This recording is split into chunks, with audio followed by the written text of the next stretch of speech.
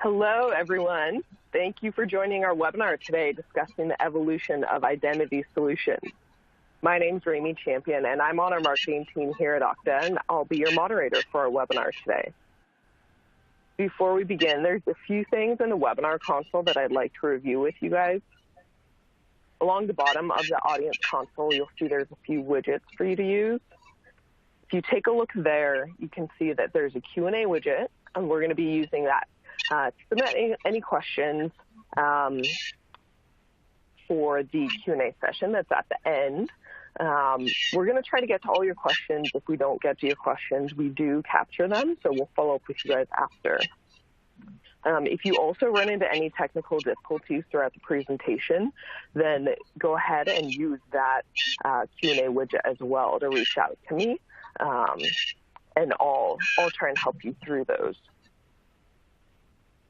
For additional resources on today's topics, as well as a few others, we have put a few resources in the resource list widget. And then one final reminder, an on-demand version of this webinar is going to be made available within 24 hours following this presentation, and it's actually going to be accessible with the same link that you guys used today.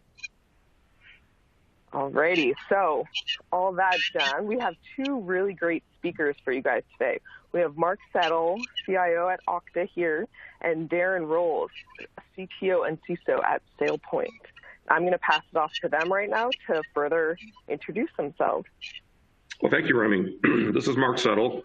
Welcome to the webinar. I am currently the Chief Information Officer at Okta, but I have been dealing with identity management problems for longer than I care to admit. I've been the CIO at many other companies involved in very different business models, and identity has been really a topic of increasing importance and really emerging as one of strategic significance. So I'm looking forward to the conversation today with Darren. Excellent. Thank you, Mark. And this is Darren Rolls. I'm currently only now our CTO. I was up until 1st of April our CISO as well. I'm very glad to have handed that off to a gentleman named Charles Poff, excellent, well-tenured CISO. So just the CTO now. Like Mark, I've been in and around identity management, but it feels like forever. Actually, my third identity management company. So long history there as well. And again, glad to talk about really interesting topic. Identity seems to be emerging to be the center of a lot of security and operations discussions. And so Mark and I are going to have a nice little kind of fireside chat really about some of the interesting issues that we see with legacy and how to approach the future. So yeah, interesting title for our webinar though, Mark, right? Absolutely. So let's talk a little bit, we'll move forward here to the next slide and talk about why we're together today. It's, as we've both commented, there's a couple of reasons why we're together. So one is you brought us together. Both Okta and SailPoint offer industry-leading solutions for various aspects of identity management and security. Okta's claim to fame has been providing a single sign-on service, a set of multi-factor authentication capabilities, and the ability to manage access to a wide variety of technology resources within a company. And although I'll leave it to Darren to expand on this, I mean, SailPoint's equal claim to fame is in governing, access to those resources and putting in place policies that are auditable to control access and prove it to the people that come around to audit you from time to time. Now, our goal today is to really address all three of the bubbles that you see here. We want you to take away from this an understanding that really identity is our business. This is our sole focus. This is not part of a broader suite or platform of capabilities. Every individual in our respective companies comes to work every day to find some way of, advancing the sophistication of identity practices and management within your firms. Second, we want to convince you that, we really are very future-oriented. This is a rapidly changing field. Which is kind of a remarkable thing to say when you think about, maybe as little as 5 or 10 years ago, identity was really an administrative task that was done in the bowels of an IT organization. Many CIOs couldn't have even told you how identity was being managed or what the tools were. And really, it's emerged as a core competency going into the 2020s, not only because of security concerns, but because of all of the the talk about digital transformation. It's kind of hard to think about transforming either internal processes or relationships with customers without coming face to face with identity management issues. And then finally, we want to be able to convince you, or at least suggest to you that, we have your best interests at heart, and you should think of us as a trusted partner moving forward.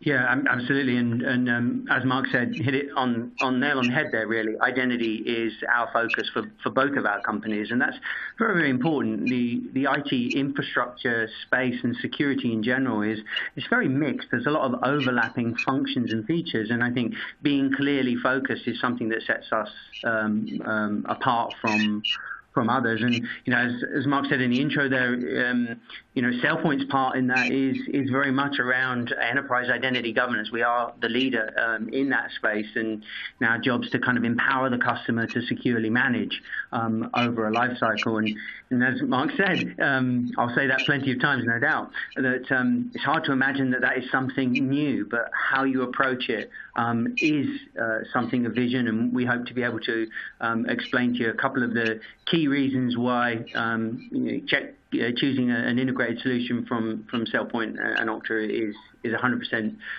the right way to go. Now, I think it's always interesting to look at some of the challenges. I know Mark and I talk about this quite regularly, some of the major challenges. Mark, any comments here on the security threats? I mean, that's something everybody sees, right?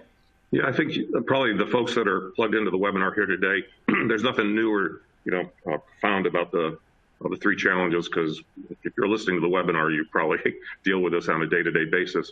But what's not here on the slide, I kind of think about the challenges in relation to some big secular changes that are happening within the IT field.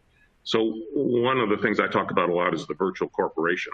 The number of actors that are involved in a successful enterprise these days just keeps multiplying over time.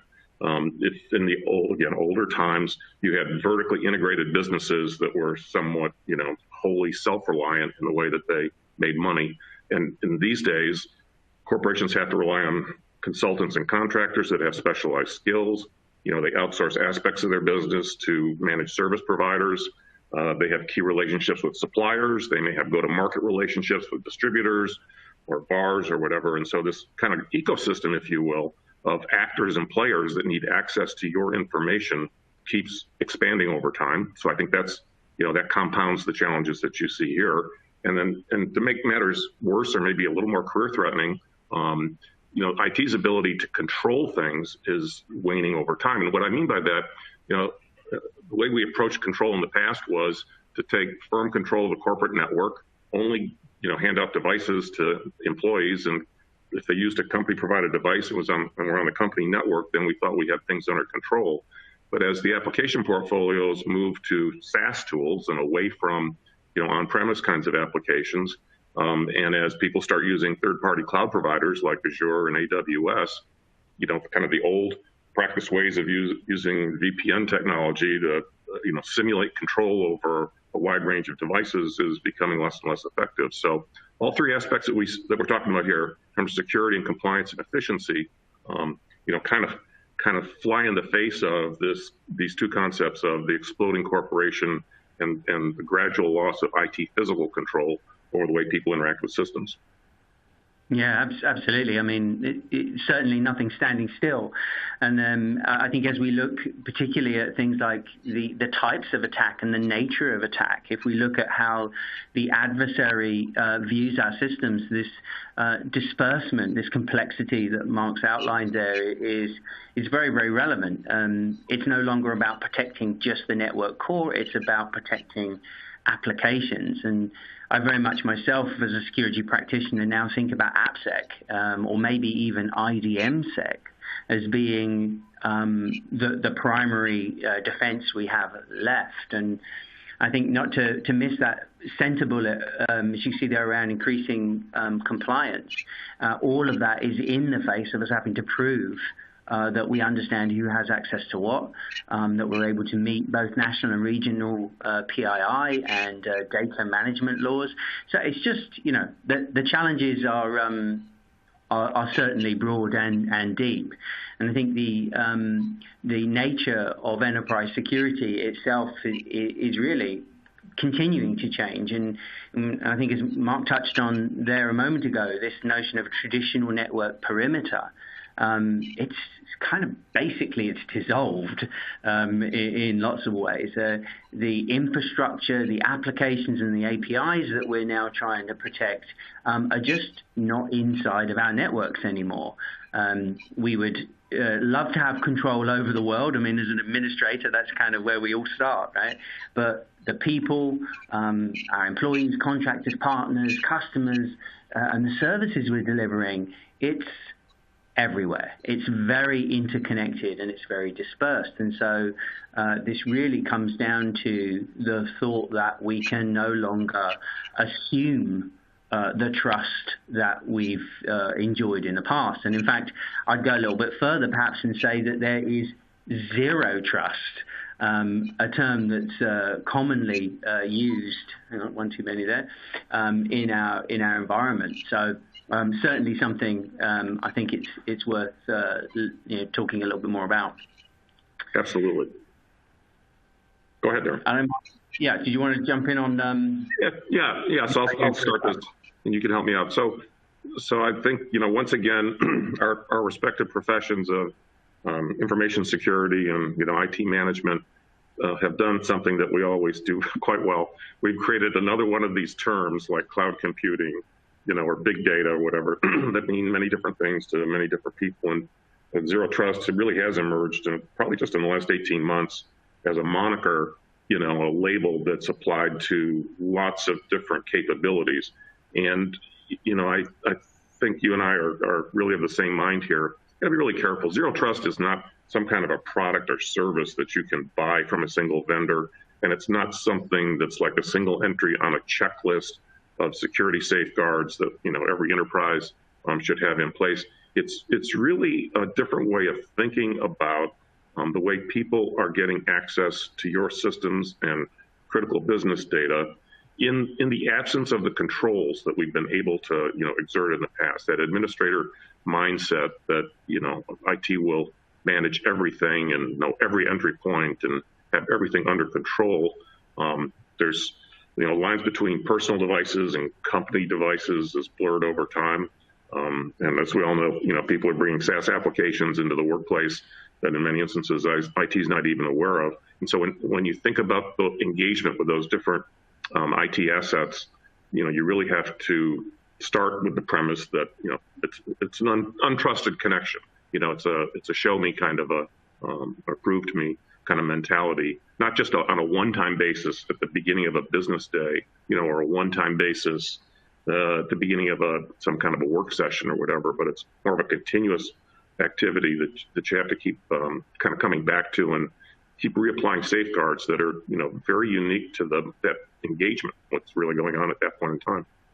That's interesting. I love that term, show me. Isn't it the show me state? I'm obviously not a native American, but the show me, that's a very interesting thought for it. I think as ever I try and address this myself internally for security within the company and externally, I think that idea that the perimeter, it's not that it's gone, it's just necessary but no longer sufficient.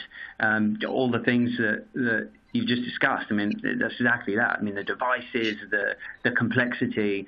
And the thing I like about zero trust as a general principle is that it makes us understand access. It makes us look at the granular access controls, which is fundamentally what we do, what SailPoint and Okta does, right? So it's very good for us, but I think it's very good for security, and I think that's that's really what this is fundamentally about. But what about legacy? This hasn't, the new term of zero trust. I mean, what about legacy solutions, Mark? I love this picture. This is such a great, this old guy under the tree. I want to be this.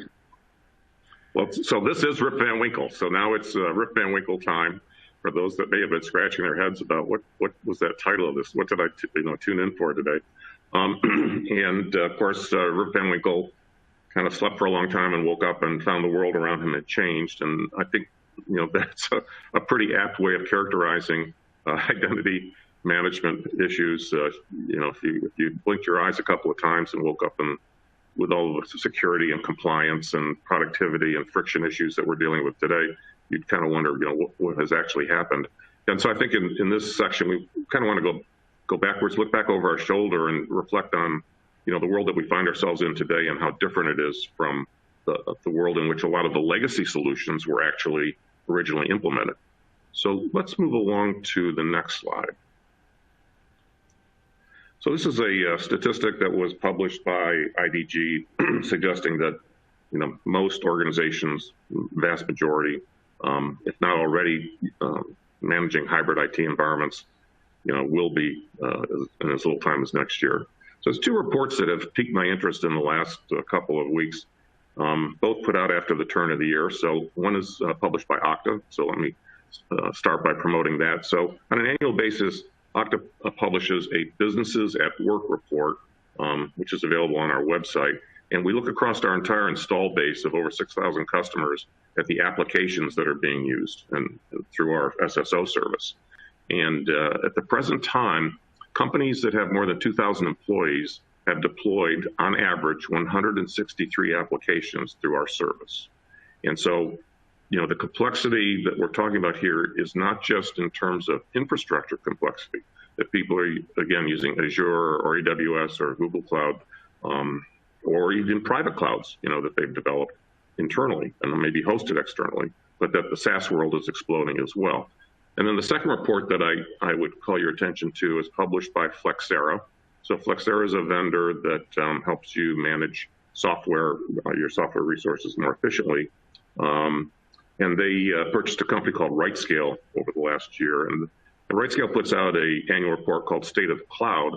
And one of the intriguing observations they had was that after a survey of more than 800 IT professionals, they found that most companies were using at least 3 public or private clouds and were experimenting with a 4th.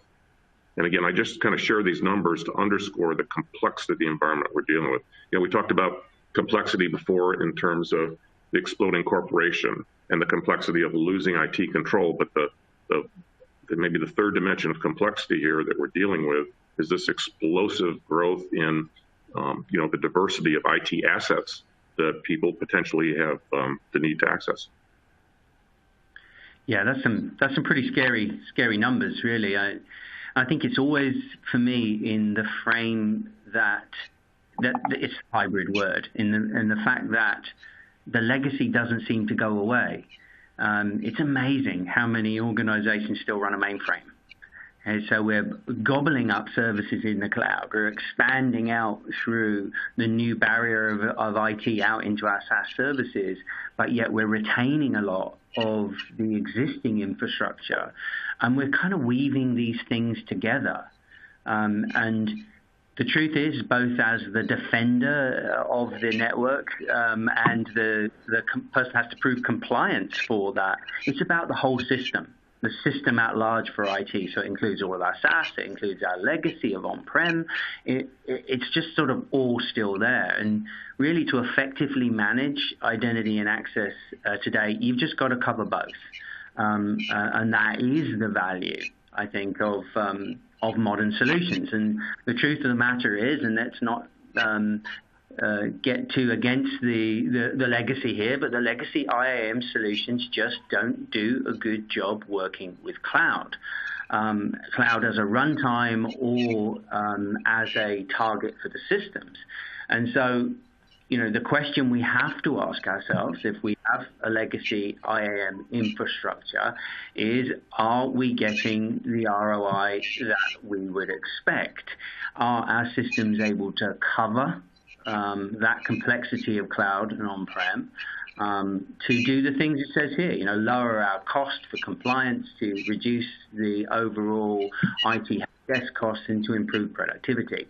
Because at the end of the day, if you can't do these three, well, Mark, you've been a CIO, right? I mean, could you, that's a tough job to keep if you can't meet these 3 bars, right? Absolutely. Oh, you're absolutely right. These are sort of fundamental, blocking and tackling capabilities for the success of any IT organization. Exactly. And obviously we've both talked a little bit about the, your classic enterprise applications and things in the cloud. But the fact is today that the nature of the things we're being asked to manage has changed considerably as well. The question to ask in that, poor old Rip Van Winkle there waking up, what's happening in file access management? Are our solutions able to actively manage that? Survey shows us today that up to 80% of an enterprise's data is actually in unstructured form, i.e. in files, sitting on file shares in the cloud and on-prem. And the 1 in 4 survey by SailPoint, Pulse survey, showed that users upload that information with sensitive content in it into our file shares. And so, of course, that's a real problem, as you might imagine. If you aren't able to discover, classify, and control the life cycle of the systems that control that access, you have a vulnerability. Of course, that's kind of why Mark and I are here, because together with SSO and MFA from Okta and with integrated file access management from SailPoint, we can bring these things together and embed the controls and governance that are really needed for the whole life cycle. Because at the end of the day, if you can't see it, you can't manage it. It's a pretty old saying. I mean, we've been saying this for a long time. You can't manage what you can't see. But very, very true in identity and security, and can create fundamentally a fatal flaw, a fatal lack of visibility that can actually be a problem. As we always say in security, it's the practice of the weakest link. And if we have a weak link in any area, then, of course, the potential for exploitation is going to come forward. So we've got to modernize, right? So, Mark, that's kind of been your moniker from the start. Let's modernize this identity. Any thoughts here? Right. So we'll take the Rip Van Winkle reference one more step. So we've talked a little bit about if we'd fallen asleep a couple of years ago and we woke up, what surprises would we encounter? And I think we've done a good job of characterizing a lot of those. Let's pretend that we were to fall asleep for another 2 to 3 years and we were going to wake up. What would these successful companies have done in terms of implementing identity solutions that were right for them and effective for them? So let's move to the next slide. And I think we'll spend a little bit of time on this. So these, I think, are the 3 questions that when you think about either modernizing, upgrading, enhancing, extending your existing identity solutions, I would think through as a CIO. So the first has to do with innovation velocity. And this applies both inside a company and outside a company. Obviously the world is moving to SaaS business applications. Nobody in their right mind, builds some kind of a business app unless there's some kind of a unique, highly proprietary IP-related process, within the organization. And as we saw and discussed in some of the earlier slides, there's just a large influx of these SaaS tools that are coming in. And if you've gotten your act together with identity management, you have a pretty easy on-ramp to pursue some kind of best-in-breed strategy that allows you to tap into this huge tidal wave of innovation that's occurring in terms of SaaS applications and tools. But I think the innovation concept applies equally to the outside world. And what I mean by that is, as you compete with other companies and think about interacting with paying customers or business partners, in kind of a low-friction way, you don't want to be reinventing an identity solution for every portal or website or API interface that you set up with those paying customers. And so you really want to have a kind of a set of tools at your command, set of platforms that are reliable that you can keep coming back to drive innovation, whether it's inside the corporation or outside the corporation. And the second dimension here is the customer experience. And we've talked about this, kind of hinted at it around the edges. There is no such thing as the customer experience because there's no such thing as the customer.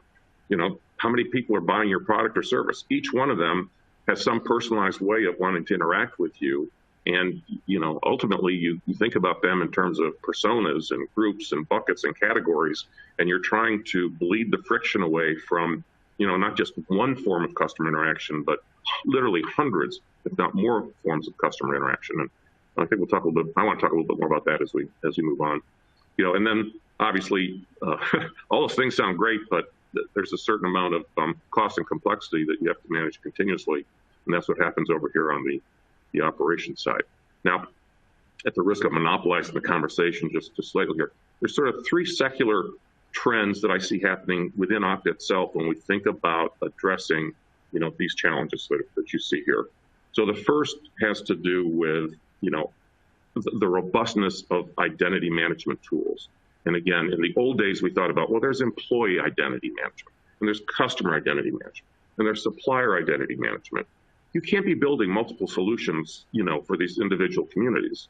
I mean, yes, you can. You want to do that, but you have to come back to a technology platform that will enable you to do that. You don't want point solutions from a technology point of view that are going to serve the needs of these different communities. So that's one. Second dimension about thinking of how to approach this from a product perspective within Okta is contextual access. And so, we're so much smarter today about the device you're on, the time of day you're making a request for access, where you are physically, the kind of requests that have been granted, recently, et cetera, et cetera. So it's this context at the moment of engagement when somebody wants access that needs to be managed, in a lot more granular way than has been done before. And that leads me to my third dimension, which is customization. And I'll just tell you, quite frankly, I get to meet a lot of customers, and I'm always astounded at how unique their identity management needs are.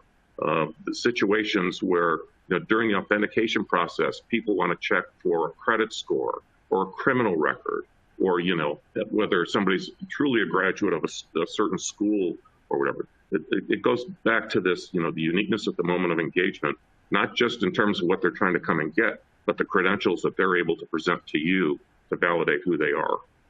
And every company has a business model that they've optimized, for their products and services. And what I keep seeing is, how kind of unique and customized these access controls and safeguards are that people want to institute. So sorry about that, Darren. I'm going to throw the ball to you. No, I agree with everything you said, and my experience is exactly the same in what I see in our joint clients and in our standalone clients, and this idea that the nature of the interaction is changing, and I think it's also true the nature of the thing that's doing the interacting is changing a little bit, and kind of leads me to this thought that organizations are embracing robotic process automation at a very rapid rate. And by RPAs or bots, we mean software processes that are driving automation. And this isn't the classic service account that we've been dealing with and managing forever. This is something more along the lines of a customer service chatbot or an automated loan processing agent, something that is in the system and is operating with the persona of an individual. And we have to manage those things too. So it's great. I think to your point, Mark, about the experience. What's the experience of the bot? There's maybe a strange, almost AI-like thought to put out there, but does it have the access it needs? Is it controlled with least privilege? Do we support the notions of least privilege for that bot? Kind of a bit of a strange thought. So I think it really is, and it's the nature of the things that are interacting with the system, and obviously a huge part of that is external customers. And I know, Mark, this is a specialized area for you guys, and it's one of the reasons why people pull us together. But I mean, the customer, could it be more important than that customer? It's a pretty important place, right? Yeah, this has really driven the growth of Okta's business. So when Okta was founded 10 years ago, really it was to provide a solution to employees to allow access to multiple cloud applications. But for every employee authentication that we process today, we typically process 3 or 4 so-called, external authentication events. And so that just underscores, the significance of this. It's also interesting that a lot of the external use cases that we solve to involve truly large numbers of people. As you can imagine, I mean, big companies, if somebody's 50,000 employees is a big company, or 300,000 employees is a big company. but there could be some kind of a loyalty program or, an association of some type or another that literally would have millions of members, and they want to, introduce more stringent safeguards and better management practices, overnight for communities of, millions of people. And again, that's a place where a lot of the legacy kinds of solutions just break down, both in terms of their ability to handle that kind of a population and also the speed at which you can deliver solutions to those large international communities. Yeah, and that's key. I mean, for many businesses today, how you touch the customer digitally is absolutely critical. And then I say, from our side, how you govern that experience as they get deeper into systems. We often now talk about progressive profiling.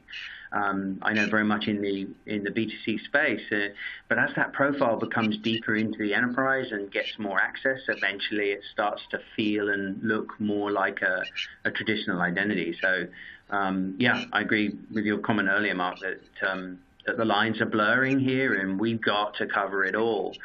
And so it really does, raise the question of where do you start? How do you get to the right identity system? And I think, what's the checklist look like for the types of things that we should be thinking about? And so Mark and I threw together what are really questions, right, Mark? I mean, these were really just sort of, let's promote some conversation around what people should be looking for.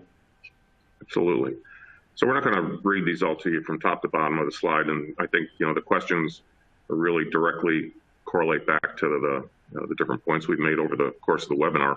But I was going to pick out the fifth one down. So the question that reads, do your employees get the right access to the right resources at the right time? That's kind of a trite thing to say, but when you think about it, that's really job number one for every CIO. I mean, that's why that person is in the job, is to make sure that employees, get what they need to do their jobs, which is going to ultimately make the company successful. And I thought to kind of illustrate this, I would share a couple of, experiences I've had talking to different Okta customers. So one thing I've discovered, which is probably obvious to everybody on the call, that, hospitals present incredible identity management challenges. And so there's really this, when I talked before about the exploding corporation, I mean, hospitals are sort of like a petri dish, if you will, where you have like multiple identities, little cells kind of moving around, whether it's the, patients that are in the hospital, obviously the nurses that are serving them, the doctors, some of whom may be affiliated with the hospital, others may be private practitioners. You'll have residents that are there that are studying to become doctors and are, kind of practicing. You can have different kind of volunteers. You might have candy stripers. I don't know, somebody might be walking a dog around room to room, to pet the dog, to give the patient an experience to do a little bit of bonding with another animal. But all these people are in the hospital moving around, and it's pretty, given what goes on in a hospital, it's pretty important to know, who's there and what they're accessing, like what information they are being exposed to while they're there. And so that's been actually a big area for us in the last couple of years. Many different multi-facility hospital chains, have really tried to upgrade their identity management practices. I guess I kind of knew that one intuitively, but it became much more obvious to me after visiting some of these folks. And then the other example I was going to share with our audience had to do with something as simple as installing solar panels on a roof. And so one of our customers, I think this is kind of a more generic example of companies that have extensive field operations, whether they're, repairing power poles, or the cable guy coming over to check up on your cable box at home, or in this case, it was, teams of people that are running around putting solar panels on roofs. And this one company was able to triple the productivity of the field staff by ensuring that they had the right access to the right resources at the right time. I mean, think about that. Think about the labor costs they had tied up in sending those people in the field every day to basically attach panels to your roof. I mean, that's what the job is every day. And they were able to triple from what sometimes were 2 to 3 installations a day to somewhere between 6 and 8, just by providing the right information at the right time, to a labor force that actually turns quite a bit, a lot of turnover, so security issues are paramount. I just think that's another great example of, it sounds mundane, but it's such a critical aspect of doing business. Yeah, I don't think it's mundane. I know you didn't mean it quite as clearly as that, but I mean, I've got this vision of this guy, out on a roof with a handheld device, and he's balancing around on the roof, and he's trying to, find the access that he needs. And I think my experiences have been the same. I was just recently this week with a major oil and gas company, and have the same problem, right? You've got a guy out on a rig. He needs information, and we need to guarantee that he only has access to the right information. It's highly disconnected. It's very, very mobile. And boy, if that person has the wrong access, everybody knows about it. So it really does bring it home to me that you've got to cover it all. You really got to have that edge device with the right people, with the right data to it. And that means having best-of-breed solutions to do that. I don't want to bring this all back to the vendor picture, but maybe back to the benefits of Okta and SailPoint. They are paying for us to be here, I guess. But it really does bring it home to me that having a solution that's automated, flexible, and secure that covers all of the areas that you need is the reason we're here on this webinar today, and it's why so many of our customers are choosing SailPoint and Okta, because we can bring it all together and really hit the major use cases that people want, right, Mark? Yep.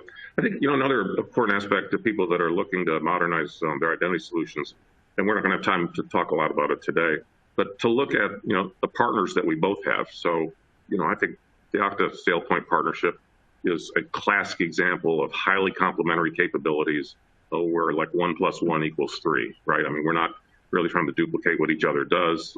Each of us is a best-of-breed provider in our respective spaces, but we're not the sole partners that we each have.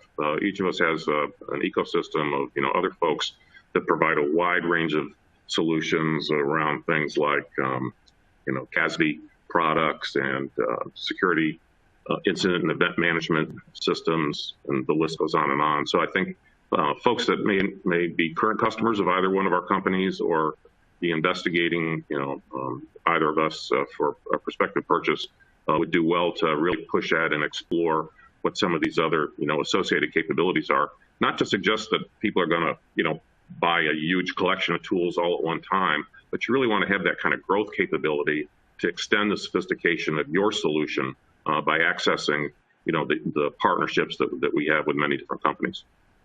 Yeah, absolutely, and partners that spread out into the security infrastructure.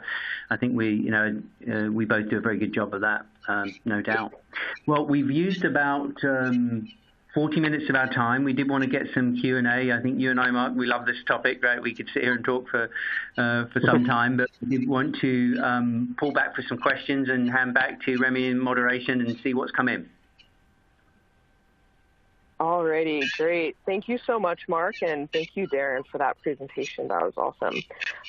So just a reminder before we hop into the Q&A, we are going to be sending out a copy of the on-demand recording within 24 hours after this presentation.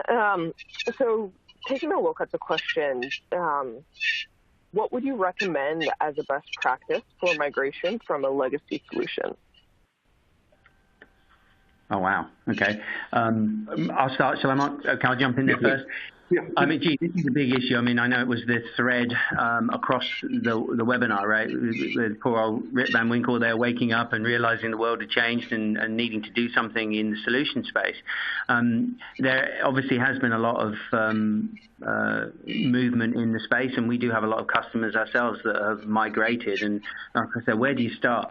I think, first of all, it really pays to think about being able to add value first. It's never, if you have a legacy deployed IAM infrastructure and you're looking to replace it, first of all, answer the question, what is it doing correctly? What is it doing well? And that may be connectivity to 3 or 4 or 5 systems. Perhaps the right approach is to leave that in place and leverage it. an overlay, the additional capabilities of access request or finer grained provisioning or recertification on top of that infrastructure. And that's a very successful pattern we see. I imagine, Mark, that's the same in SSO, right? Somebody's done a bunch of legacy on-prem SAML, and you can just turn it on for the cloud straight on top, right? Yep. The other thing I think happens a lot is, if you remember, when cloud computing came along, a lot of people didn't immediately move on-prem systems up into the cloud, but instead, when they were building new things, they started in the cloud. And then over time, that kind of created a gravitational attraction. So I think one thing I see in many cases with our customers, they have some kind of a legacy implementation on-prem that was very employee-focused, but the real challenges are coming externally around some of the customer opportunities that we talked about before. And so in many cases, that's where they move to the more modern IAM solutions that are cloud-based, really for speed to market and better relationship with their paying customers. And then over time, they kind of start to retire some of the legacy systems. And I think the other word of caution about the legacy systems is you really want to look at the kind of R&D investments and innovation that the legacy vendors are bringing to market, because if you're not careful, your tech debt is just going to rise over time. So just, hanging on, you're kind of digging a deeper hole for yourself that you're going to have to climb out of eventually. Yeah. And the only other last comment I'd throw in there is look at ecosystem, look at partners and best practices. I mean, a lot of the time, can you find the people to do that? And I know there are a lot of professional services organizations out there that today will almost specialize in migrating folks from the past to the future with SailPoint and Okta. So a lot of good expertise out there. Yeah, good point. All right. So, yes, we definitely have some more questions coming in here. So, what are the other key parts of the IAM picture that we should be looking at? So some of the other complementary capabilities are typically around privileged access management, and the CASB kind of, the cloud access brokers that can monitor who's going where in the cloud. I mean, those are some highly complementary tools. The SIEM providers I mentioned before, security, incident and event management. Those are all pretty standard capabilities that people assemble in one fashion or another. Darren, what did I leave out? No, I think they're the lead ones we see. Privileged account management, obviously a huge one. I think this sort of a triad of multi-factor authentication, single sign-on, and access management mixed with governance and privileged account vaulting is a very common three-way that we see. We have a number of partners in that space. I think you hit that. The only other one I might say is out into analytics, whether it's identity analytics, the nature of which SailPoint does itself, the ability to understand the relationships between things and look at peer groups and do role analysis and all that stuff, but also out beyond that into the next generation SIM tier, out into user behavior analytics. We quite often see a lot of these solutions coming together. And I think the word that Mark used earlier that I'm going to echo again, context, it's all about context today. The authentication and access context that Mark has, and the overall fine-grained entitlement context that, if you like, I have. Those two things together are just unbelievably enabling when shared with the rest of the infrastructure. So certainly, I think we hit the high ones there. Remy, time for one more perhaps, and we can perhaps give people 15 minutes back. That's always good, right? All righty. So what do you guys think is the future of passwords, and are we ever likely to live in a world without them? Yes, I think passwords are, well, they're not going to die, but altogether. Email was supposed to die after like texting and Slack and other tools appeared, but that hasn't happened yet. But again, I'm not going to, this isn't me pontificating. I think this is what we see in the customer base. There definitely is more interest in using phone-based verification procedures, biometric capabilities, even hard tokens. And it's all in the context of what's being protected, right? So if it's highly sensitive R&D being performed in a pharmaceutical company, there may be passwords may already be being retired because they're not strong enough to satisfy that. if it's somebody coming online to buy tires and replace tires relative to a warranty that they're holding, passwords may kick around for a long time in that kind of a use case. But definitely our customer base is moving away from passwords in general. And when I have drinks with some of my peers, I think this is this is a low-hanging, easy win for a lot of CIOs. If you can retire passwords and stop all those password reset calls to the help desk, that's a win-win, both outside IT and inside IT. Yeah, absolutely. No, I agree with you. If I had a magic wand, I would wave it and they would all be gone tomorrow. And I think the unfortunate fact is that long tail that is going to exist. And so I think a very successful pattern, which again, same conversation I'll have round the fire, as it were, with my peers, is that some things are easy. We can automate and we can put tokens in place. We can do single sign-on for our SaaS and web applications, generally speaking. But it's important we don't forget where that password still exists, and it is still such a common source of weakness that it's important that we cover it. And between the two of us, we've got it. We're in good shape. So awesome. Cool. Rami, I think we should maybe give folks back a little bit of time. I always love it when I sign up for a webinar and I get 15 minutes back. So I don't know if you've got any closing thoughts. Alrighty. Yeah, well, with that, you guys, we'll wrap up. Again, we did capture all questions, so if we didn't get to your questions, we will follow up after. On behalf of Okta and SailPoint, I'd like to thank everyone for joining our webinar today, and we are going to be sending out a copy of the on-demand version in the next 24 hours, so keep an eye out for that. Alrighty, thanks everyone. Hope you have a great rest of your day. Thank you. Thanks all. Bye.